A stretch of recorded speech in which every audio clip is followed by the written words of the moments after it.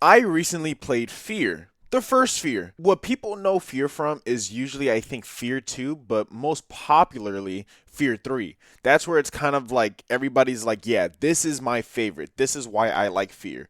I've known about the Fear games for a lot of years now. Like, I've always loved like horror games. I was just too afraid to play them, such as, Dead Space 2. I remember having Dead Space 1 and Dead Space 2 for the PS3, and I remember not finishing those games because they were too scary for me. And that's why, I went back and played them at like last year or this recently, I think, what was it?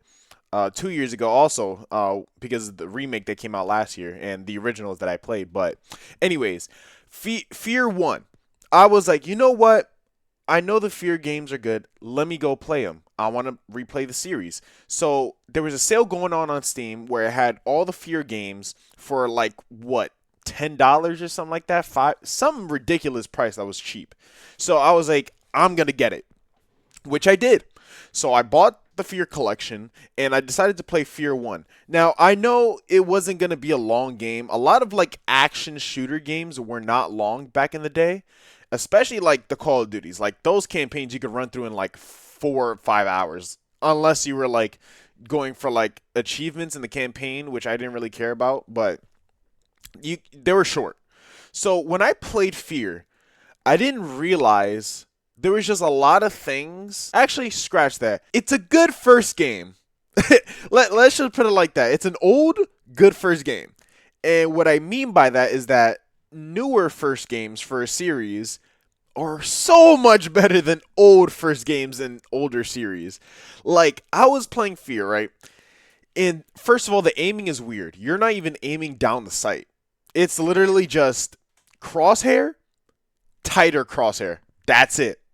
Obviously, you have your slower aim down sight speed, but man, those enemies are just tanks. They just sponge every attack you do at them. And it was funny because there's just a lot of things also in that game which are, in my opinion, kind of revolutionary. I didn't expect to see certain things in that video game. 2005, I mean, what was coming out during this time? I mean, you had Devil May Cry 2, I think. You did have Gears of War. I'll give you that. You had Gears of War like a year after 2005. Then you had Dead Space 2 years after that. Listen, there was a shift in gaming like between 2004 to 2007.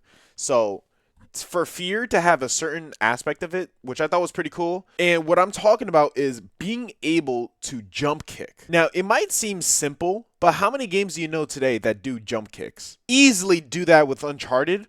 I know when in certain parts you could just jump from like a high ground and then basically come down and like punch an enemy and knock them out in one hit. I know you could do that. I think in Mirror's Edge also you can also jump kick, but it's kind of like very sickening to the eye because it is a POV game, like a first person, so you literally see everything, like jumping from wall to wall, like spinning around, like it makes you pretty sick. What the jump kick was usually used for me at least, was going through glass.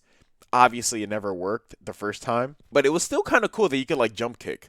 And I never tried it on an enemy, but I'm sure if I tried it on an enemy, it would do literally nothing but stagger them. Other than that, it reminds me of Dead Space 1, where the audio wasn't really balanced. So, like, low sounds were super low, but high sounds were super high.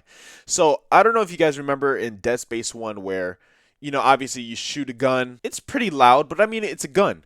And, you would walk, open doors, they would sound normal. But then when you hear the necromorphs, they're just the loudest thing you can imagine. That's how it was when you would kill, I forgot what the enemy was called. I'll just put a picture up. But when you killed these guys, they would have the loudest peak in my headphones. It hurt my ears every time. I hated going against those guys because of that reason. And also, they were just insanely tanky. Like, I would have to put like 2 full mags into them. It was ridiculous. Other than that, going to like the guns and stuff, the guns were pretty cool. They had this one gun where it was like a plasma gun, and it was kind of like a one shot. It was weird.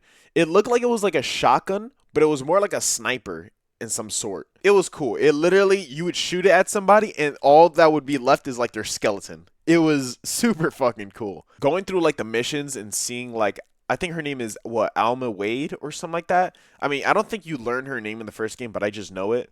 You go through the game seeing like hallucinations of like Alma Wade or like just very, I guess you could say, violent crime scenes. I'm not gonna lie, it didn't really like do anything. I wasn't really scared. There wasn't really any type of jump scares. I will say this though, towards like the end of the game when you're in the laboratory and like leaving it, I found it pretty creepy. Basically, you would go in like a slow mo thing. Yeah, they had slow mo by the way in this game.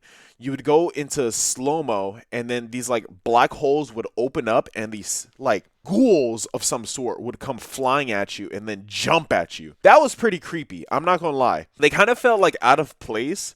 Maybe I'm not remembering the lore correctly. It's like I said, when was the last time anybody has played a fear game? There's probably some like lore description of why those things exist. I don't know. Alma Wade is in control of it in some way, has to be. I feel like they should have introduced her a lot sooner instead of just being at the very last mission where you actually do see her. Given it is the first game of the series, they probably plan to have a second game. I mean, games back then were literally like barely breaking 1 million to make and still making profit. They probably already planned it. They were already going to do all the like exposition and like dialogue and lore explanation in the second game. So, I mean, maybe I'll get to it. I don't know. Fear 1 was it was a game. All right. It was a game that I played in 2024. I don't think I'll ever replay that shit. I'm not gonna lie. That game was it was a drag. I realized this like 2 hours into my gameplay, and I was like, yeah, this is rough. This is rough. But anyways, I mean, if you guys want to play the fear games, go ahead. I'm not going to stop you. Maybe you'll like it more than I did. Maybe you'll hate it more than I did. It's definitely a game. I'll say that. The second and third are probably way better. So other than that, like, comment, subscribe, and I'll see you on the next one. Bye.